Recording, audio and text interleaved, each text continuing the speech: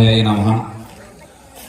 మాతృమూర్తి మన భారతీయ సంస్కృతికి సాంప్రదాయానికి భగవద్భక్తి సేవా తత్పరతకు మరి మనందరూ కూడా మార్గదర్శకురాలైనటువంటి పేరమాంబ గారి యొక్క పాదపద్మములకు నమస్కరించుకుంటూ మరి ఈరోజు ఎంతో పుణ్యదినం.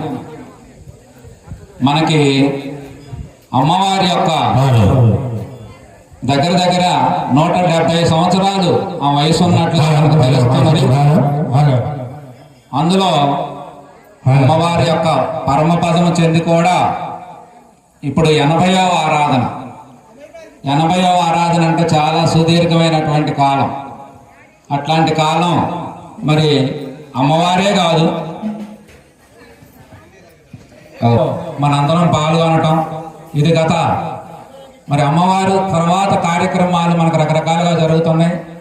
ఇక్కడ ఎంతోమంది మహాత్ములు మహర్షులు మనకి దీనికి మూల పురుషుడు ముచ్చుకుంద మహర్షి దగ్గర నుంచి మనం యొక్క కొనసాగుతా ఉంది.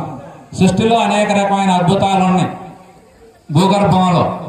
అందులో మనకు దగ్గరలో మనం చూస్తున్న అద్భుతం ఏమిటంటే మన గుత్తికొండ బెల్లం. ఎందుకంటే మన బాడీలో రక్తం అంతా ప్రవహిస్తుంది, మనందరికీ తెలుసు. అట్లాగే భూమిలో జలధారలు ప్రవహిస్తూ ఉన్నాయి. ఆ ప్రవహించే దాంట్లో మనకి ఇక్కడ నీరు పారుదల. నీరు అది ఏదో ఒక కుంట కొలను నిలవండేది కాదు, నిత్యం ప్రవాహం. దీన్ని మనం దక్షిణ కాశీగా మన వాళ్ళు దాన్ని గుర్తించి మనకు రాశారు దక్షిణ కాశీ అని. అంటే మనకు ఉత్తర